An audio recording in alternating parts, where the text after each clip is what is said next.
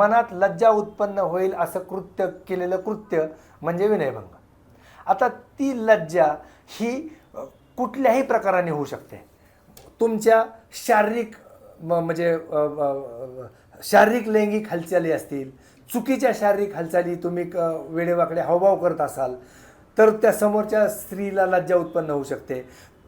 तुम्ही काय बोलताय त्याच्यामध्ये जर का कुठले तरी शब्द घाणेरडे असतील तर त्या उच्चारलेल्या शब्दांमुळं तिचा विनयभंग होऊ शकतो. तुम्ही एखाद्या स्त्रीला एखाद्या व्यक्तीला चुकीच्या पद्धतीने स्पर्श करत असाल तर तिचा विनयभंग होऊ शकतो. त्यामुळे विनयभंगाकडं ह्या सगळ्या अंगाने बघितलं जातं.